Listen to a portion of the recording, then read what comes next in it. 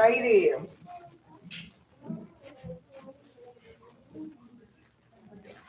Thank you. Okay.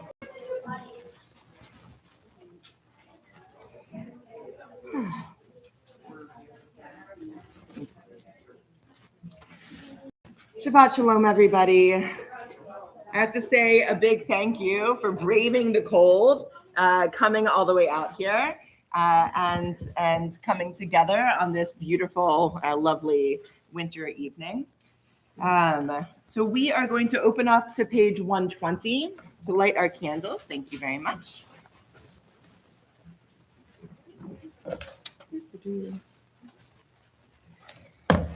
Okay, so before we kindle the lights, I'm going to invite everybody to just take a deep breath and to close your eyes and to picture something that brings joy to you. Picture something in your brain that makes you happy, that makes you smile, something that brings light into your life. I want you to hold on to that feeling, because when we are lighting our candles on Shabbos, they are, of course, a metaphor. They are a reminder to all of us that we are the ones who have to kindle each other's lights, that we are the ones who have to help each other find that moment of light in the darkness and to give us hope into our community, especially when it feels like the whole world is dark, not just because of the time of day, but because of the reality that is happening on our streets and in our country.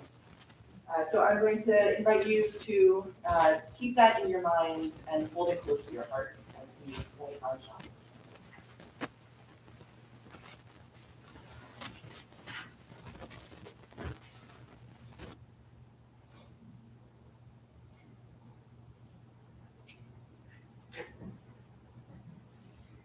Baruch atah Adonai Eloheinu melech haolam asher kitshanu b'mitzvotav v'tzivanu lehavlik ner shal Shabbat. Amen. Okay, let's turn to page 124, and we'll read together at the top, not to the bottom, the second reading.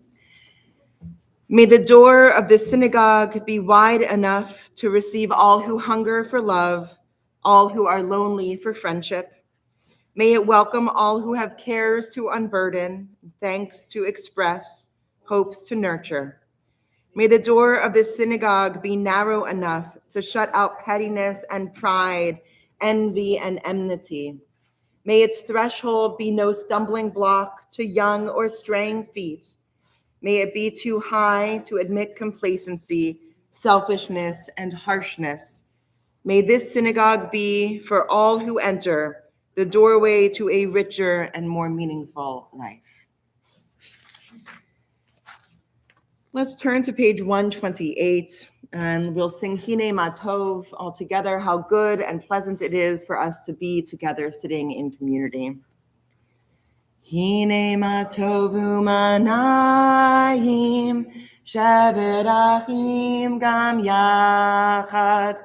Hine ma tov u'manayim, shevet achim gam yachad. Hine ma tov, shevet achim gam yachad. Hine ma tov, shevet achim gam yachad. Hine ma tov u'manayim, shevet achim gam yachad. Hine ma tov u'manayim, shevet achim gam yachad. All right, let's turn to page 138 for the Chadodi. We are going to sing the first, second, and final stanza. So I've added a stanza to our normal refrain. So don't be caught off guard when we do that. And I will invite you all to rise just a bit before our final stanza as we will greet the Sabbath bride. Not until the third time. Page 138. Lecha dodi likrat kala, Pnei Shabbat nekabela. Lecha dodi likrat kala, Pnei Shabbat nekabela. Shamor v'zachor b'dibor echad, Yishmianu el hamyuchad, Adonai echad, U'shemo echad, L'shemo tiferet v'tila. Lecha dodi likra kala, Pnei Shabbat nekabela.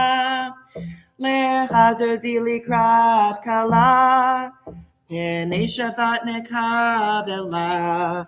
Likrat Shabbat lechu v'nelcha, Ki hi mikor habracha, Merosh mikadam nesucha, Sof ma'aseh b'machshavati la. Lecha dodi likrat kala, Pnei Shabbat nekabela. Lecha dodi likrat kala. Please rise. Pnei Shabbat nekabela. Final stanza. Bo'i v'shalom ateret pala, Gam besimcha u'sochola, Tov emunei am segula, Bo'i kala. Lecha dodi likrat kala, Pnei Shabbat nekabela. Lecha dodi likrat kala, Pnei Shabbat nekabela. You may be seated.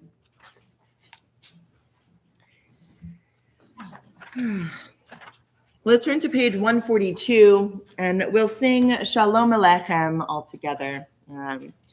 How wonderful and peaceful it is to all of the ministering angels that live in heaven and here on earth amongst each of us.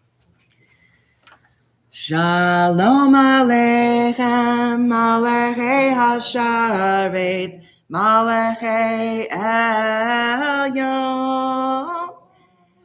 Mi melech malachei hamlachim hakadosh baruch hu. Boachem leshalom, malachei hashalom, malachei elyon.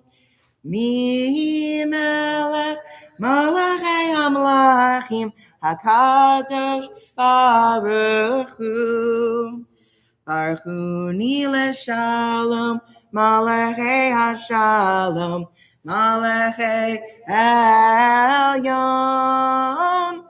Mi melech malachei hamlachim, hakadosh baruch hu. Tzeitem leshalom, malachei hashalom, malachei elyon. Mi melech malachei hamlachim, hakadosh baruch hu.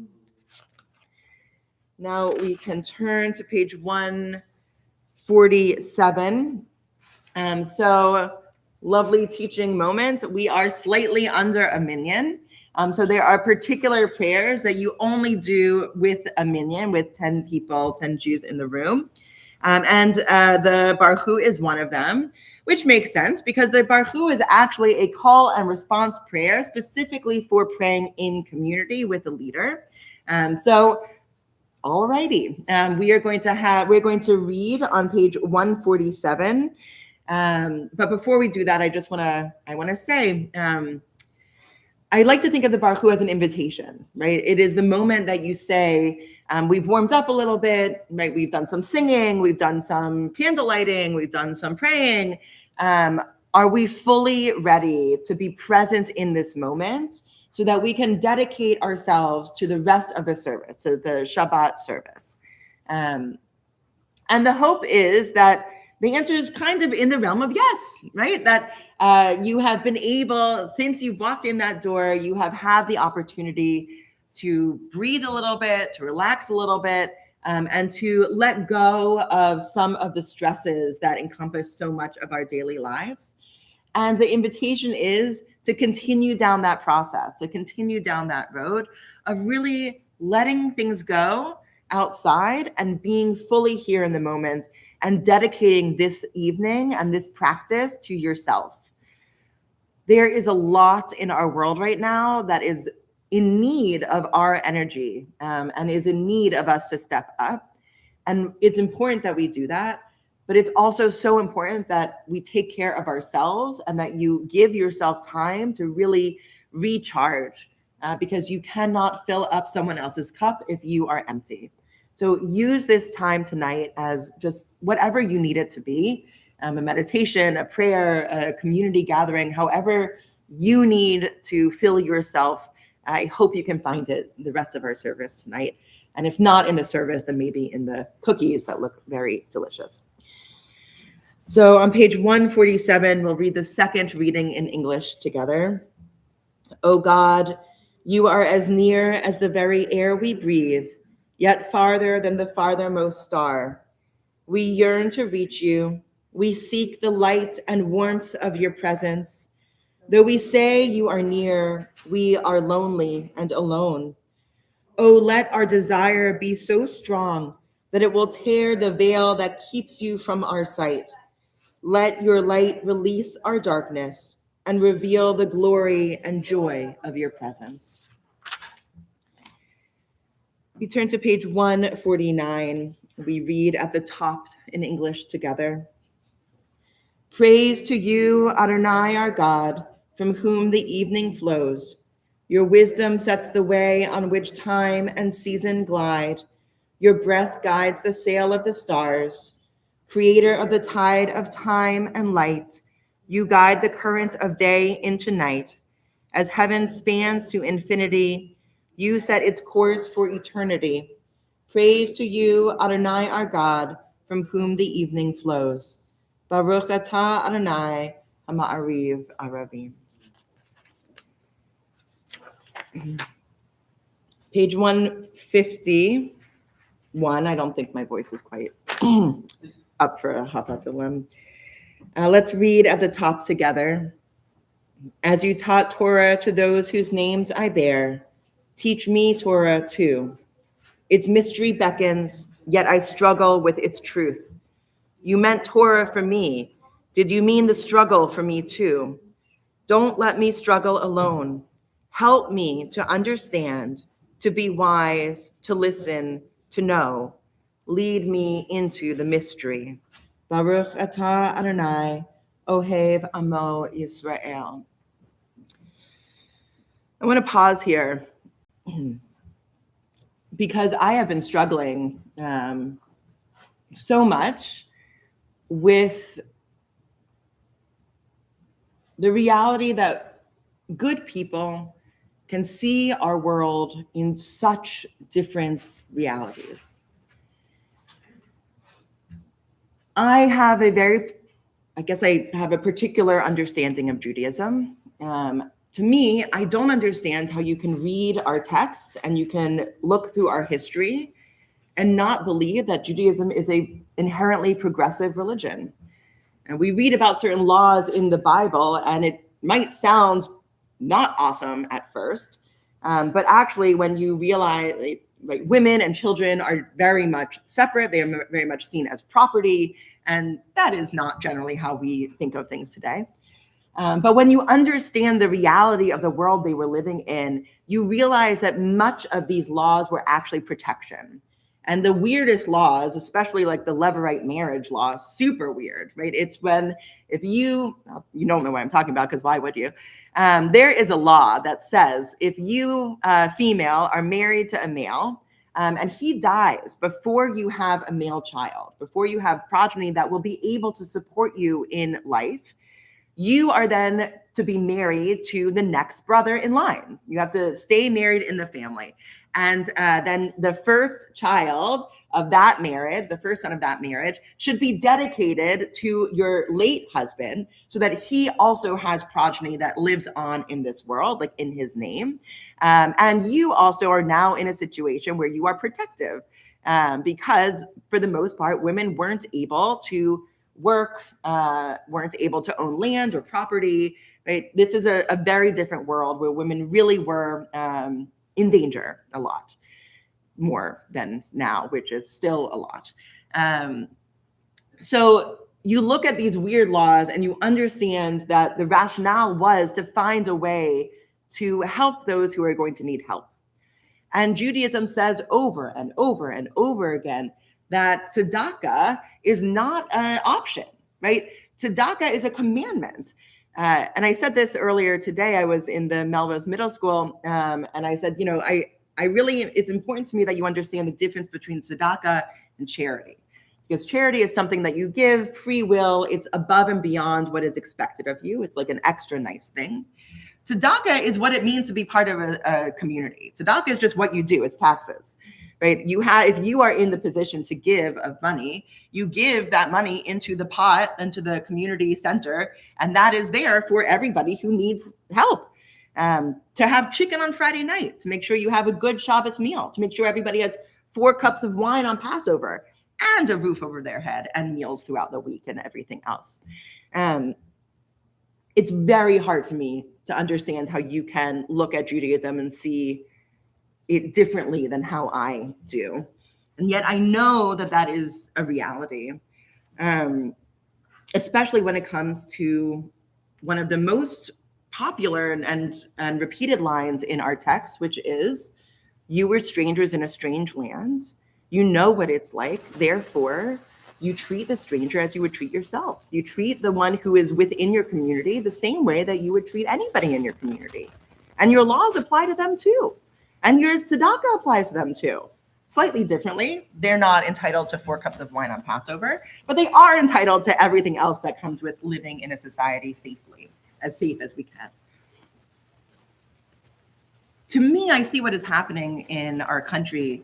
I see what is happening in Minnesota and in Maine and in Philadelphia and in Boston.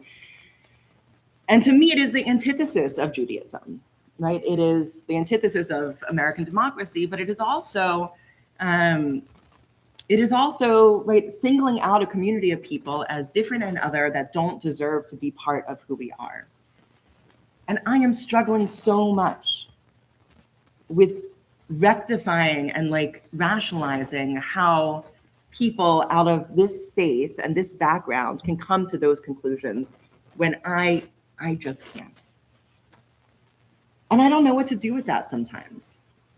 Because part of my job, right, one of the things that brought me to the rabbinate is my deep, deep love of the Jewish people, including the people that disagree with me and including the people that hate me, right, including the people that say that me as a female rabbi in a Reformed synagogue is like the death knell of Judaism. That's still part of my peoplehood, right? I still find a way to love those people. This is hard. This is harder than that. I much prefer people, Orthodox men, yelling at me for being an abomination than other, right, like Reform or American people saying that what they're seeing is fine and that we shouldn't have a problem with it. And I don't have an answer for you. I just want to name that when we talk about struggle, when we talk about, did you teach me Torah so that I could struggle? The answer is yeah. Because life and humanity is a struggle. And it's hard to understand each other. And what we do when we're debating, right, text and Talmud and Torah, we're practicing being in that struggle and still remaining human to each other. And it's a gift that Judaism gives us, that we are basically commanded to argue with each other over stuff that might matter, but like might not really matter that much, right? When I am like yelling and shouting in the Beit Midrash with my partner over some weird line in Talmud about like how kosher is this oven versus that oven, it's not really that important because we don't even use those ovens anymore. They're gone. But what is important is that we're practicing how to engage like that while remaining in a relationship. And so that is the type of struggle we need, right? Don't let me struggle alone. We're not actually asking God to come down and tell us what's right or wrong. We're saying we need to be in relationship while we are struggling. So make sure that you are finding the community that you need and you're finding the people that you need to help you struggle in these times, because it's hard and it's confusing and it is disheartening. And it's also where we are. So yes, the struggle is meant for each of us, and we should not struggle alone. We turn to page 152 for the Shema. I invite you to close your eyes and take a deep breath. We sing together. Shema Yisrael,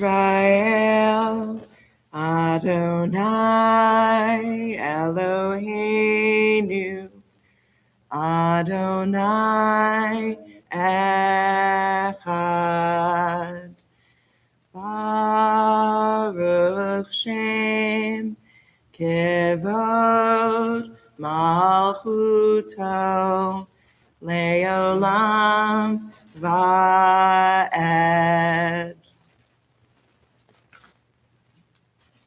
Let's actually turn to 155 and read in English. This is an interpretation of the Ve'ahavta.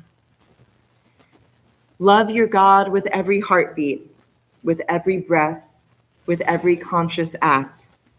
Keep in mind the words I command you today. Teach them to your children. Talk about them at work, whether you are tired or you are rested. Let them guide the work of your hands.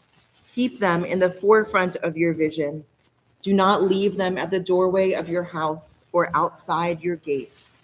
They are reminders to do all of my mitzvot so that you can be holy for God. I am Adonai, your God. I led you out of Egypt to become your God. I am Adonai, your God. I led you out of Egypt to become your God.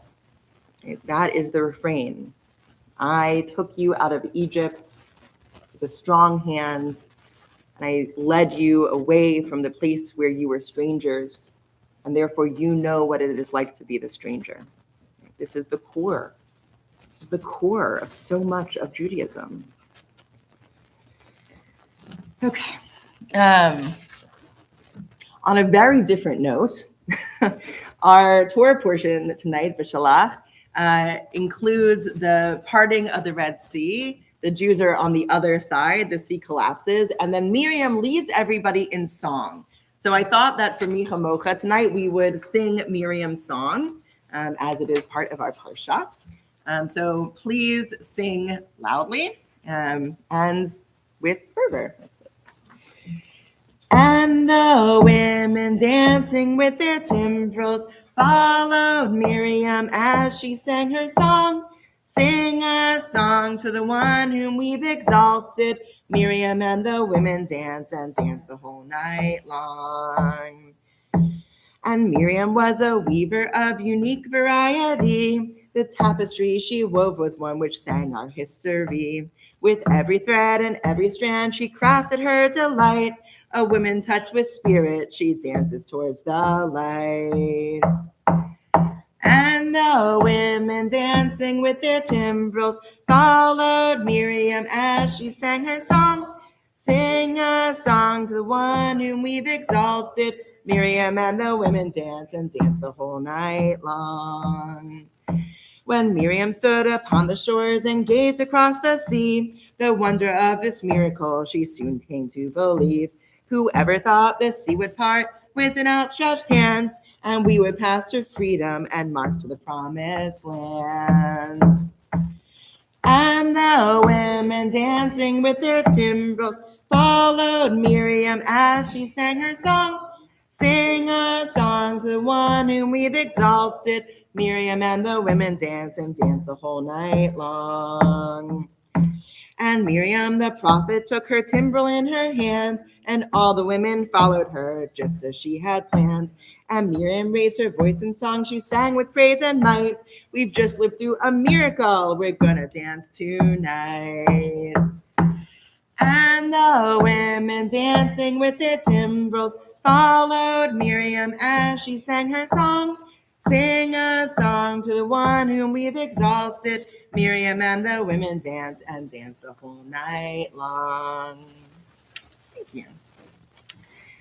I just want to say, Miriam the prophet, Miriam was a prophet. There are indeed actually female prophets in our text, not nearly as many as the men, but we get quite a few. Rebecca is a prophet. Rebecca has a direct conversation with God that she does not tell her husband Isaac about, which causes some issues later in the marriage. But yep, she was a prophet. Miriam obviously has a conversation with God. Devorah was one of our military leaders, one of the best judges. She was definitely a prophet. And quite a few other women had conversations. So I just want to point that. I always like to point that out, that we are there. We've always been there. And it's good that we're living in a world now where we can kind of rediscover the female voices that have always been part of our history. All right, let's turn to page 162.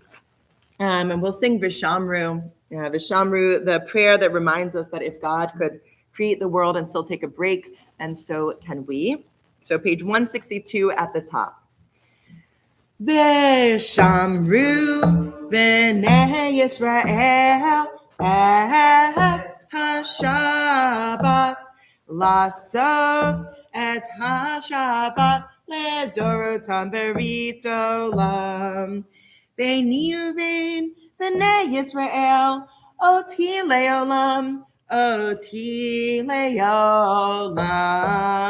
Vishamru b'nei Yisrael et ha-Shabbat laso et ha-Shabbat ledorotam berit olam. Ki sheshet yamim asa Adonai et hashamayim v'yet haaretz v'shamru b'nei Yisrael et ha-Shabbat laso et ha-Shabbat ledorotam berit olam. Uvayom hashvi'i Shabbat vayinafash, Shabbat vayinafash, Shabbat vayinafash. Vishamru b'nei Yisrael et ha-Shabbat laso et ha-Shabbat ledorotam berit olam.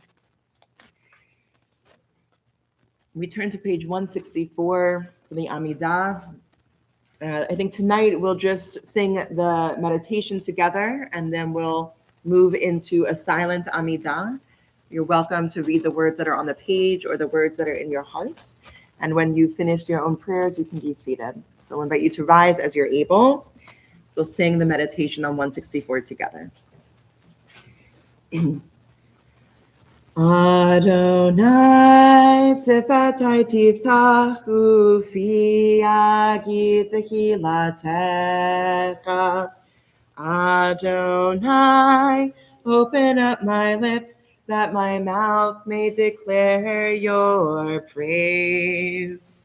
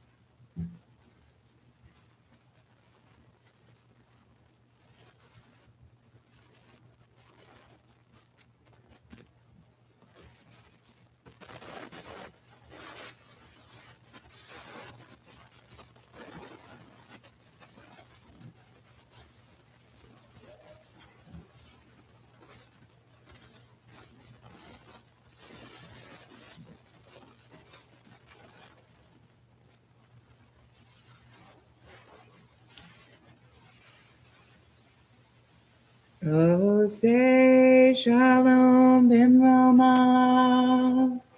Huya say shalom aleinu. Ve'al kol Yisrael.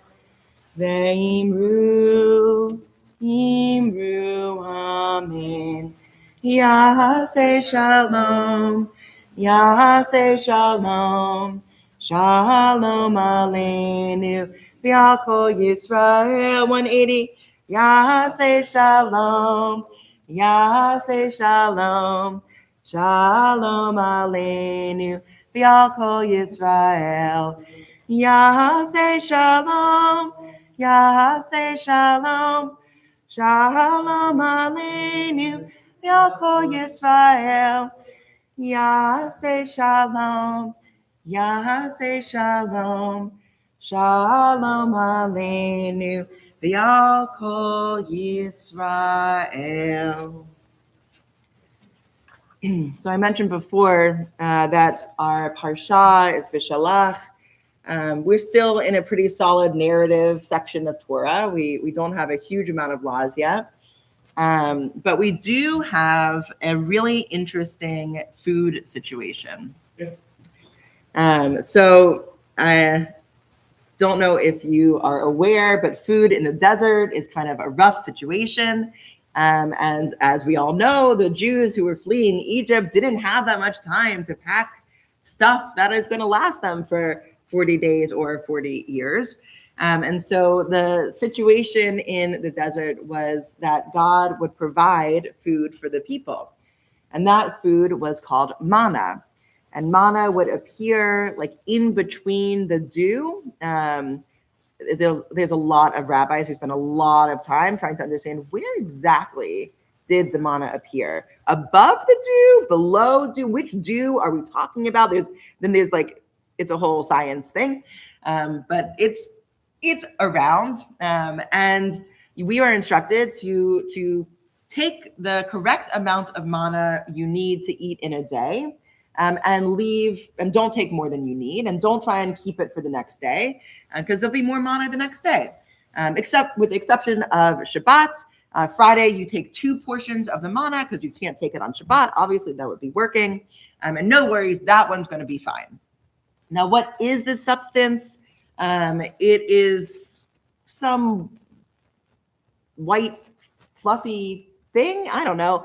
But there's some tales that say it tastes like anything you want, right? It can taste like anything. But there's also tales that say maybe it wasn't that great because we know that the Israelites complained to God. Ay, ay, ay, all you give us to eat is manna, manna this, manna that. Where's the meat? We should go back to Egypt. At least we had good, like fairly stable food sources there. And so God gets a little angry in this parsha, actually, and says, fine, you want a lot of meat? I'm going to send you more quail than you could imagine. And there's like a ridiculous swarm of quail. It's a little, God is not super thrilled with us. But we do actually end up getting quail as part of the desert meal, normally in less of a fury than that first instance where God sends the storm of quail down. But manna is really like the main food source. And, humans are human. And obviously there are some people who take 2 portions of manna when they're only supposed to take 1. And what happens? They wake up in the morning and it turns out that extra manna that they weren't supposed to have is totally infested with worms. Don't do that. But magically, right, on Shabbat, the manna is perfectly fine that you picked yesterday, right? It is light and fluffy and edible and whatever. And then there's also the people who went out on Shabbat to pick the manna, and they were killed. So that was a quick stop to that excursion. But it's always so interesting to me that that we are it's so human to push boundaries, right? There's always someone who is going to be told very clearly what the rules are and is going to be like, but like maybe this, like maybe a little bit more. And that's a good thing, right? It is good for us to be pushing a little, to be testing a little bit, to be checking a little bit, right? That is actually a healthy instinct for humans to double check. Are these the correct boundaries? Have we missed something, right? Is there a new way of thinking about something that might open a boundary over here? Spoiler alert, if God's the one telling you what the laws are, you probably should just listen to that. But when it comes to human laws, right, that's very different. When it comes to human laws, it's actually really necessary that we kind of check in and push back, and that the laws of our land have the capacity for that, right? They have the capacity to be questioned and to be up for debate. Right? That is what a healthy democratic-ish society looks like. And Jews have been doing this for a very long time. We're wonderful at pushing the boundaries, even when it ends up kind of biting us in the butt. Like, I don't know, biting us in the. I don't actually remember how you end that phrase, but that's it's gonna come back to bite you. Just end there. So as I'm reading this and I'm thinking about the people who are complaining, because, right, we understand where that complaining comes from. They are isolated in the desert, in a place that they've never experienced, and they have to put all of their faith in God, whom they did totally just see split the sea apart, but also left them to be slaves for 400 years. So, it's a interesting relationship. How can you trust someone who's just showed up? Right? How can you place that much faith when you experienced such intense trauma for a long time? Right? Most of the adults, this was their whole lives. And then, like, in the last moment of the last hour, somebody comes in to save you and does this big miracle. It's still very difficult to trust that, that will still be there tomorrow, to trust that entity will stick up for you again. And so we see the Jewish people, the Israelite people, really struggle with faith. And not faith in some divine that you can't see, but faith in a very real, tangible, divine entity that is active in their lives. Right? God in our word, in our books, God in the Torah is very much a character. Right? God is a player. God is having conversations. God is listening to the people, and God is yelling at the people, right? Normally through Moses, but they are very aware when God is super upset with them. And I can't blame them. And I really can't blame the complainers and the pushers of the Israelites, because it's a valid question, right? Where were you? Where were you? Because we have been suffering, right? Anybody who was freed during the Exodus, their parents and grandparents were not. We're told that we spent 400 years in slavery. That's a lot of people who were not saved, who spent their whole lives as slaves, who lived, who were born and died that way. So why am I going to place my trust in you to be with us forever? You said something to Abraham back then, and still my people were killed. So how good is your word? It's a fair question. And it's a question that we have been asking in this country for about a year or so now. How can we trust? How can we trust the systems that we believed were in place to protect us from extremism, right? We made a system that we totally thought would have the necessary guardrails, because humans are human, and we're going to have good presidents and bad presidents. People are going to disagree on which one is which, right? And that is normal. That's part of how it works. But the goal was, right, the founding fathers said, no one human should have all the power. And we're going to create a system in America where that power is divided into three parts. And those three parts are equal parts of our government, and they will function independently of each other. And that will be the checks and balances. So that even if we have some intensely extremist president that is elected, or Congress people that are elected, like if extremism gets in, there's still methods to maintain our order, right? Democracy. And we have realized that within a year, those assumptions were wrong, right? Those guardrails are not there. And we are seeing that one of those three forms of government have, to some degree, abdicated their role as an independent form, as an independent check and balance, maybe more than one. And it is such a struggle to realize that, we've been seeing those guardrails be chipped away for actually many decades now, and that we're sitting in a reality that we can't recognize, and we don't always understand how we got here. And we realized we had placed our faith in a system that was toppled to some degree.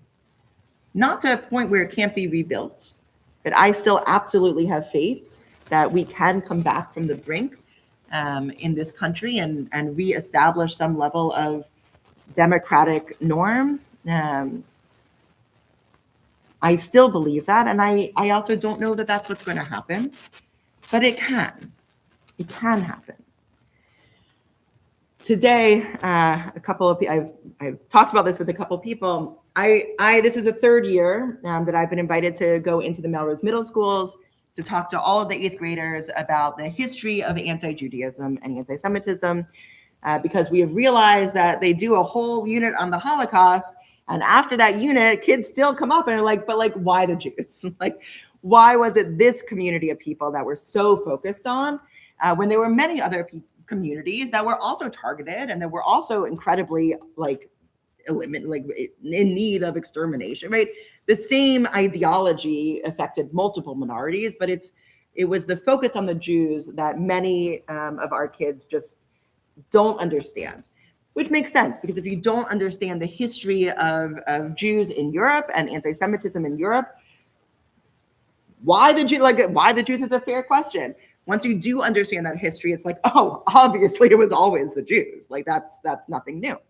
And I went through old laws, and I mentioned that in the 1200s, we began to see laws that should look very familiar to you. We start getting laws that say Jews have to wear a round patch to identify themselves. And these are going to be laws for the next 100 years, all the way through 1933 in various places. And the teachers didn't know that, right? That was something that was new to the teachers, because why would they be experts in this? That's literally my job. That's why you call me. So I'm sitting here, I'm talking to the 8th graders, and it turns out that after lunch, there's a walkout, right, to protest ICE today. There was a walkout. Today is Friday the 30th. There was a general strike to some degree. I figure I'm not exactly part of that structure, so it's okay that we're here. But the students in the high school and in the middle school participated in this. And the teacher who was teaching the class said, I know that this is happening. I would really appreciate it if you all stayed in class because we have a guest. And they did. But I said, I can rip through this presentation if you want to talk about what's going on. And they said, yes. So I got through a few thousand years of Jewish history in about 45 minutes. And we spent the last 15 minutes talking about the world that we're living in right now and why they want to protest, why they were going out. I first said, what are you okay, tell me what the protest is for. ICE. I was like, okay, but what? Say a little bit more about that. And listen, they're 8th graders. They didn't say much more than that. They understand that there's something bad happening. They understand that the actions of this particular militarized force is not okay and is terrifying our neighbors. But the specifics are not quite there. Makes sense. And I was able to say, it's really hard for Holocaust educators right now, because it feels like everything we've been talking about, how to identify all these warning signs, just totally went away. Nobody listens to this. What happened? We were very clear. And yet somehow people are still rationalizing what is going on in our streets because it's legal. It's legal. This is totally fine. This is within the law. Oh my God. So I said, what else was legal? Obviously, what was legal? To murder Jews was legal, right? Everything is legal if the powers that be are telling you that you can do it. So please don't come at me with some legal versus illegal stuff, because that's the whole point of the Holocaust, is that it was legal. The right thing was to kill Jews. The wrong thing was to protect them. That was illegal. And that's what we're supposed to learn from the Holocaust, that sometimes things that are legal are wrong and sometimes things that are illegal are right. And you need to figure out where you stand and then do the right thing. Totally seem to have missed that message. But what I was able to say was that when we look back at 1933 and we see the beginning of these laws, right? We see the first batch of laws, and you look around, right? The Nazis looked around and nobody really pushed back. Right? It was kind of some murmurs, but nobody really pushed back. And so they said, okay, great. We can move on to the next stage.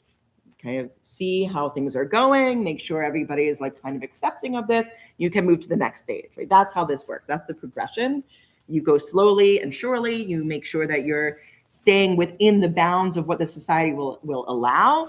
And then you keep going so that those boundaries get wider and wider until you get the Holocaust.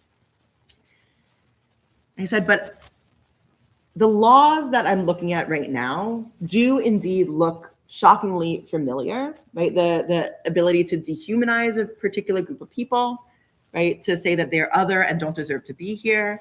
Right? This is really textbook stuff. But what is the major difference? There are people out on the streets in this country standing up and saying, this is not America. This is not what we believe.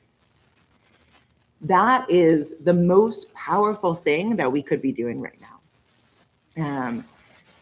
I'm looking at what is happening in Minneapolis and the organization, right? The ability for these people to come together and protect their neighbors and have systems that we can be part of so that we can come together, because it matters. It actually makes a huge difference. It is actually possible, right, to have enough people in a certain situation where the agents who actually have no clue who they're looking for, just anybody who looks vaguely ethnic at this point, right, they will leave. They will leave because they don't actually have a warrant. They don't actually have any reason to be here. They don't actually have a reason to knock on every door down the road just to see if somebody sounds a bit Spanish. People are standing up. That did not happen in Germany. It did not happen. And I'm seeing that it's not just Minnesota. I see what's happening in Chicago, what has been happening in Boston, much larger rallies in Boston than I would have imagined, because we're not quite at the point where ICE is fully deployed here. I see what's happening in Philadelphia. This is the difference.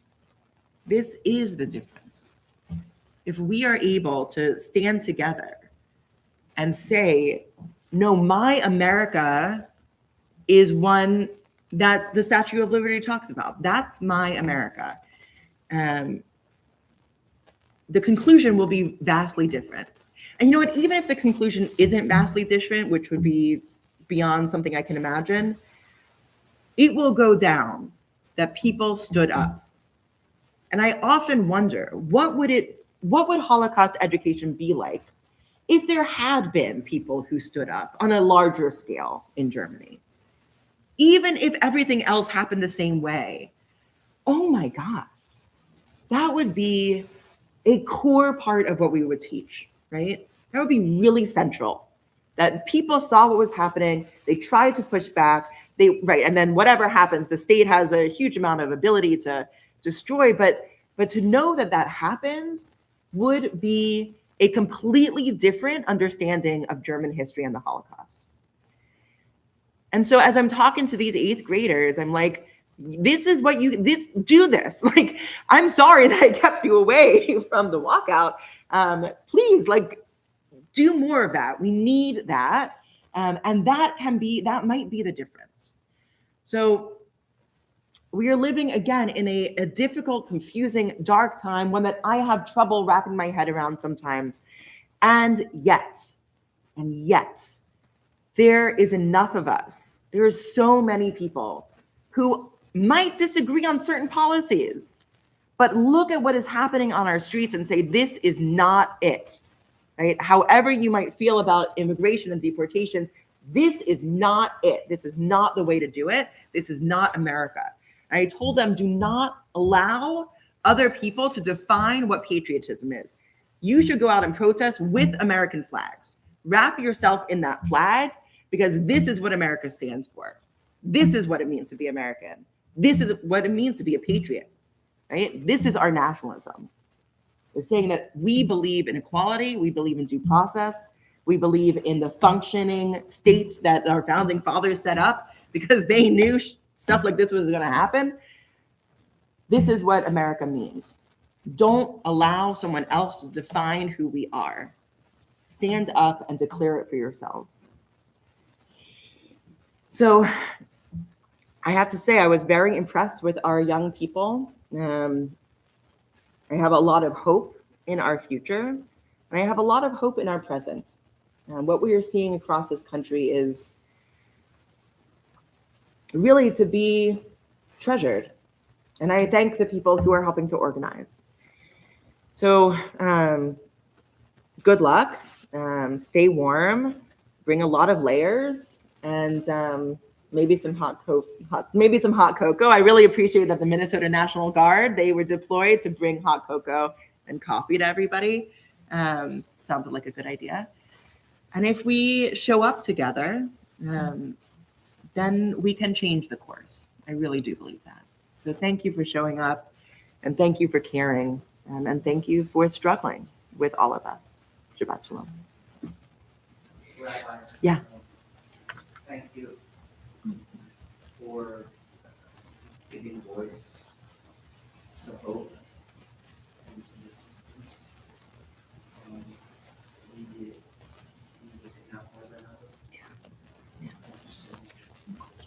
Thank you. Well, thank you for showing up on a very cold night. It's going to be cold for a while, but it's warmer when you're with people. Let's turn to page 371 for Misha Bera.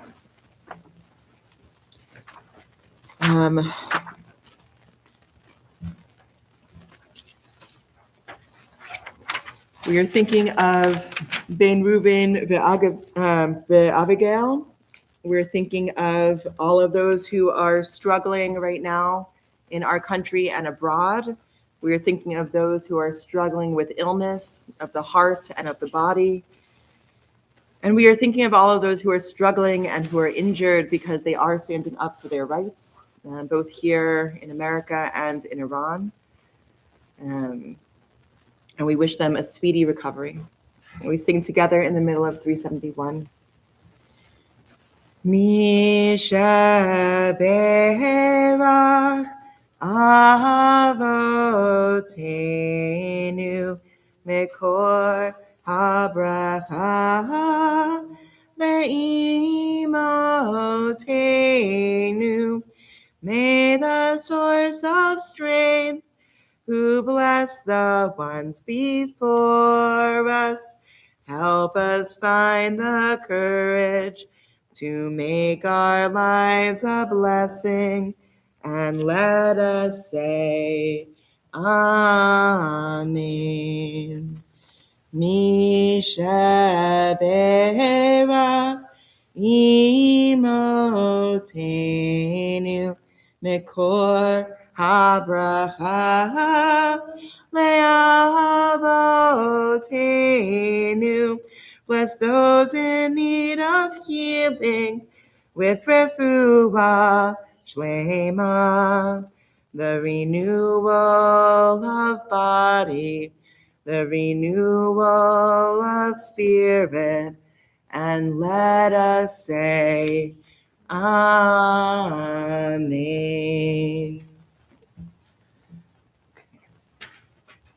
Hold on just a second. Let me get this mirror.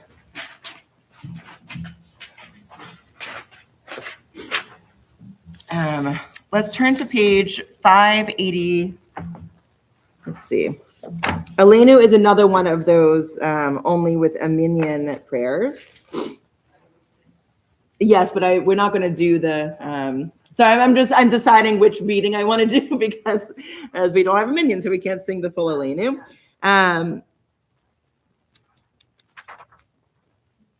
Okay, page 591.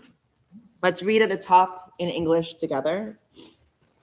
May we gain wisdom in our lives, overflowing like a river with understanding, loved each of us for the peace we bring to others. May our deeds exceed our speech, and may we never lift up our hand, but to conquer fear and doubt and despair. Rise up like the sun, O God, over all humanity. Cause light to go forth over all the lands between the seas, and light up the universe with the joy of wholeness, of freedom, and of peace.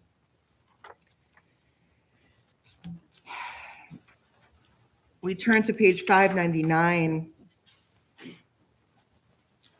In our community, we are thinking of Arthur Gordon, Edith Cohen, Abigail Karen Novit Kehoe, Gordon Rovner, Corrine Eskin, Flora Sylvia Mendelson, Lori Zahara Feigelman, Robert Pan, Michael Shore, Dora Miller, Elias Travis, Esther A. Rovner, Miriam Burstone, Sarah Levine Herrick, Samuel L. Blanc, Shirley Fine, Joyce E. Roop, Myrna Bizarro. If you are in a period of mourning or observing a yard site, I invite you to say those names out loud or in your heart.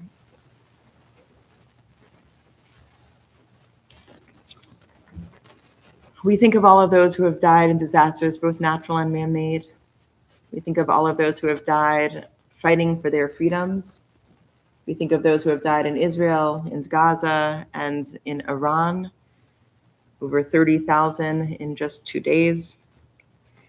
And we think of all of those who died in the Shoah, We think of all of those who have no one left to say Kaddish for them. We're going to read on page 599. We think of our loved ones whom death has recently taken from us, those who died at this season in years past, and those whom we have drawn into our hearts with our own. Zichronam livracha. May their memories be for a blessing. And that Kaddish is also a minyan only prayer. Sorry. Yeah, that's why you're supposed to say Kaddish. You're supposed to come to the synagogue to say Kaddish. That's why people will often like say, come so you can make a minyan so that people can say Kaddish. Like that's. Oh yeah, no, that's the guilt one. You know, you got to come to minyan. Otherwise, what if someone needs to say Kaddish and you know they can't say it? So I am not going to during a service. I tell anybody who has lost someone to absolutely say Kaddish on your own if that is important and meaningful to you. But technically, it is a 10-person or more prayer. Again, we really, really, really push people to come to services. So just real quick. Yeah. What is the significance of the minyan? Okay. Why 10? Why? Yeah. Why a minyan? Why not 8? Why not Yes. 12? Okay. Mostly 10 because it's a nice number. Honestly, not a huge reason for 10. If it was 7, that would make more sense. We have a lot of 7s in our religion, but 10 is like the reason for a minyan is that Judaism is a communal relationship. You're not supposed to do things on your own in Judaism. You're not even supposed to learn Torah on your own. You're supposed to do it in partnership with a chavruta. And you're like warned against doing things on your own. Also in a world, right, in a reality where everybody lived in walking distance to the shul, it wasn't really that much of it. It wasn't really that difficult. Everybody comes 3 times a day, and that's just how you live your life. It's not that hard. But it is really because you're supposed to be surrounded by people. When you're in a period of grief and mourning, you should have your community around you. So the law is really, especially for Kaddish, it's really for people to come, not so much a prohibition of doing something on your own. And the goal is that you're in a community while you're going through this. For everything else, again, they're communal prayers. They're supposed to be said as a community. Aleinu is literally, it's on us. Aleinu, it's the plural version, whereas many of our prayers are written in first or second person, right? Just between me and God, like I can say you and I in many of our prayers, but Aleinu is specifically a communal one. It is about us. So you have to say it in a community. And the Baruch Hu also is like, the whole point of the Baruch Hu is just because you're in a community with a lot of people and you're checking in. And so there you go. Little Jewish knowledge for you. Yeah. So in October 23, not that long ago, my sister and my best friend within 2 weeks. My sister was very sudden, totally unexpected. She had an annual checkup, going before, got an A+, and then I just didn't feel well one day. And then my best friend had so I was on for shape, and I spent, I walk every day anyway, passing by a cemetery.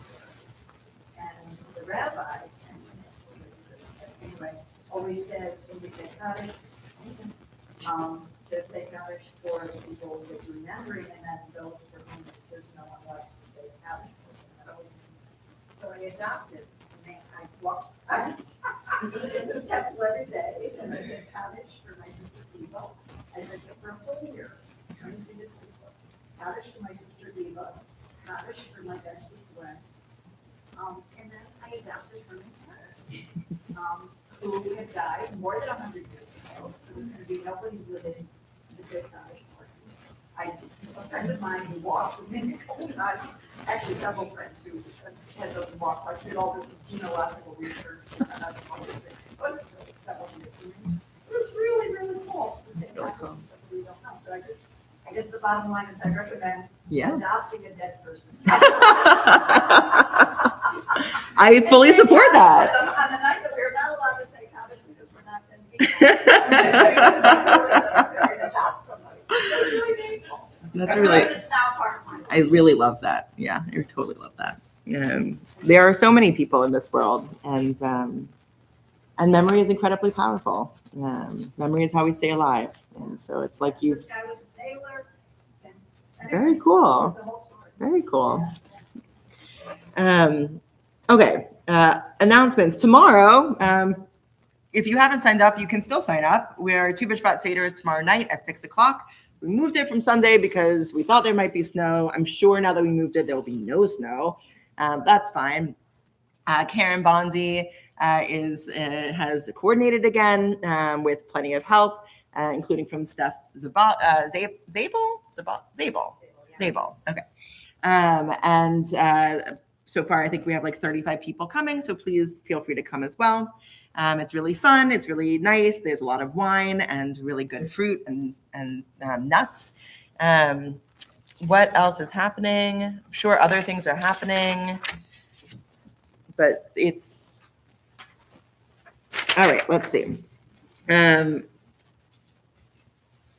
This upcoming week, we have services on Saturday morning at 10 a.m. I'm going to decide what that is going to look like, but it's probably going to be a bit more of a meditative Shabbat. So I'll send some description to Hillary so that you can find out about that. We have, oh my God, it's already almost Purim time. On the 12th, we have another Seeker series, the Purim story. So we're going to be going over the story of Purim, and especially the end of it, that people often skip over and then have very mixed feelings about. So we'll have a space to talk about the war and why that comes up as a question for many people. And that is enough. There is this Sunday, the 8th, there is a Torah study and sisterhood hula hooping.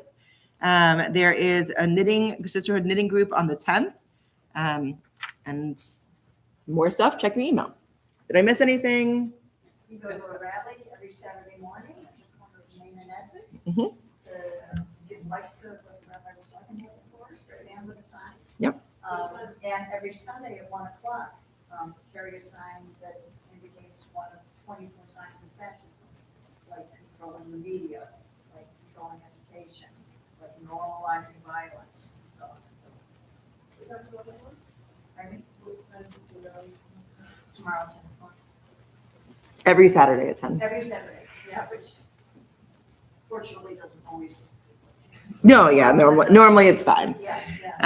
I'll also say there's a large ice facility at the Burlington Mall, and they have protests out there Wednesdays, Thursdays, and okay. I thought I heard somebody added one. And there are 1,600 people in the University chapter, the Fellows chapter. Wonderful. So, and I'll. Yes, always exercise. Yes, I have never made a sign in my life because I tried to once and it was very sad. So I just use other people's much better than me. And I will also just say, make sure that you have the phone number for Luce in your contacts, just in case you start seeing sightings. You call them to let them know where things are, and to invest in a whistle. That is become the cry at ICE is here. Make sure you take protection. So I don't know when we'll see a big surge here, but I'm sure it's coming. Yeah. Dorchester as well. I saw. Oh, that's true. Yeah, that is true. Yeah. Okay. All right. So for our final song, let's do another Osei Shalom. We could really, really use as much peace in our world right now as possible. So I'll do a different version. Osei Shalom b'Romav, Hu Ya'aseh Shalom Aleinu. Osei Shalom b'Romav, Hu Ya'aseh Shalom Aleinu. I can't do it. Ose shalom b'romav. Hu yaseh shalom aleinu. Yaseh shalom. Yaseh shalom. Shalom aleinu. Ve'al kol Yisrael. Yaseh shalom. Yaseh shalom. Shalom aleinu. Ve'al kol Yisrael. Shabbat shalom, everybody. Thank you very much for braving the very cold winter. Come get some wine to warm up and a lot of food, and I'll meet you over by the Oneg table. Shabbat shalom. Shabbat shalom. I'm going to do this now before I forget.